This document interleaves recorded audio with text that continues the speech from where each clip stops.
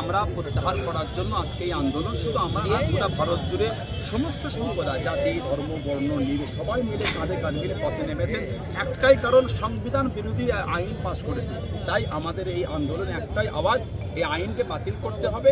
বিগত দিন যেভাবে ওয়াকফ ছিল সেই জায়গায় ফিরিয়ে দিতে হবে, তা না হলে আমাদের আন্দোলন বন্ধ হবে না। মূলত কি কি দাবি রয়েছে আপনাদের এই গর্জে ওঠার? দাবি আমাদের এটাই যে বিগত দিন আমাদের ভারতবর্ষ জুড়ে মুসলিম উম্মাহ আল্লাহর রাস্তায় মসজিদ, মাদ্রাসা, ঈদগাহ, খানকা, কবরস্থানে হেফাজতের জন্য হাজার হাজার কোটি টাকা সম্পত্তি তাঁরা আল্লাহর রাস্তায় ব্যয় করেছেন। একটাই কারণ, আখিরাতের জন্য, এবং দুনিয়াবি অসহায় গরিব তাঁদের মুখের দিকে তাকিয়ে কিছু সরাইখানা, কিছু হোস্টেল সেগুলো করার জন্য, হসপিটাল করার জন্য দান করেছে। আজকে কেন্দ্রীয় সরকার যেভাবে দিনের পর দিন কখনো নোটবন্দির নামে, কখনো আপনার NRC এর নামে, কখনো আবার এই ধর্মের ভেদাভেদ করার জন্য সেই দলের রাজনৈতিক নেতারা যে নোংরা নোংরা ভাষণ দিয়ে সব কিছু করে যখন তারা কিছুতে উপকৃত হতে পারছে না, লাস্ট তারা এসে দাঁড়িয়েছে কি ওয়াকফ আইনকে বাতিল করবে। কেন? যাতে করে মুসলিম উম্মাহ খেপে ওঠে, ভারতবর্ষের পরিবেশ ধ্বংস হয়, এবং যেন তাদের করে কেউ প্রশ্ন করে রাজা তোর কাপুর কোথা। আমরা ছোটবেলায় পড়েছিলাম উলঙ্গ রাজা যে কবিতা, রাজা তোর কাপুর কোথা। কেন? কেন্দ্রীয় সরকার যে দুর্নীতি করে রেখেছে ভারতবর্ষে জুড়ে আজ 14 বছর কম বেশি ধরে, কেউ না তাকে প্রশ্ন করে রাজা তোর কাপুর কোথা। রাজা তোর ডেভেলপ হই না, এডুকেটেড না, স্বাস্থ্য না, সমাজের মধ্যে সবকা সাথ সবকা বিকাশ না, মেক ইন ইন্ডিয়া না, বেটি বাঁচাও বেটি পড়াও, যে আন্দোলনগুলো সবই যখন ব্যর্থ হয়েছে, সেই ব্যর্থ ঢাকার জন্য আজকে ভারতবর্ষে অস্থির পরিবেশ তৈরি হয়েছে। এই যে ওয়াকফ বিরোধী একটা আইন পাস হয়েছে বলে আপনারা দাবি করছেন, এই অনেকে তো সমর্থনে নেমেছে, প্রচারে নেমেছে, কোনগুলো করতে বলবেন আর কোনগুলো বাধা দেবে?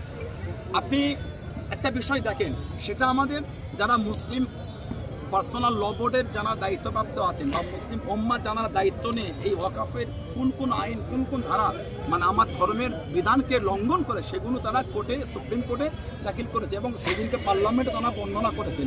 আজকে বিষয় হলো, যারা বলছেন পথে নেমেছে, 500 টাকা দিলে আপনার নোংরা কাজ করেন আপনি, আপনি দুঃখ নেবেন, আমি উদাহরণ 500 টাকা দেন আপনি, আপনার পাশে 3টে লোকের দাঁড়িয়ে যাবে।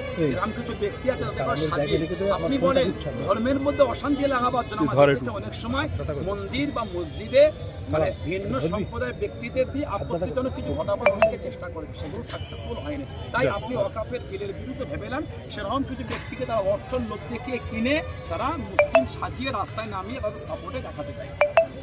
এনআরসির সময় বাংলার মুখ্যমন্ত্রী বলেছিল আমার বাংলা এনআরসি হতে দেবো না, সেখানে সব ধর্মের লোক ছিল। এখন মুখ্যমন্ত্রী কোনো কথা বলছে না এই বিষয়ে। আমি গতকালকে দেখলাম তিনি একটা বার্তা দিয়েছেন, আপনারা আমরা বিশ্বাস রাখেন যে আমি এই ওয়াকফের আইন বাংলায় হতে দেবো না। তারপরও আমি বলবো এই বিষয়টা আমার বলার নয়, এটা তাঁর রাজনৈতিক কোনো দলের নেতাকে বললে তিনি সুন্দর উত্তর দিতে পারবেন। বাংলার জনগণ হিসাবে বাংলায় যেই দায়িত্ব আসুক, সেটা বাংলার জনগণের তিনি মন্ত্রী, সেই মন্ত্রীর কাছে আমরা বাংলার অপমার্জনা সাধন এটাই দাবি রাখবো, তিনি যেন তাঁর ব্যক্তিগত দায়িত্বে তিনি সুপ্রিম কোর্টে এই বিষয়ে একটা কেস করেন, এবং সেই কেস যেন তিনি চালিয়ে যান, এই আপিল রাখবো, এবং বাংলায় যেন তিনি সুন্দর পদক্ষেপ নেয়, সমস্ত সম্প্রদায়ের মানুষ সম্প্রীতি এলে মেনবন্ধ নিয়ে যেন বাংলায় শান্তিতে বসবাস করে। আপনাদের আগামী দিন কি পদক্ষেপ থাকবে? আমাদের আগামী দিন পদক্ষেপ আছে, আরো বাংলায় কিছু বিভিন্ন জায়গায় সভা হবে।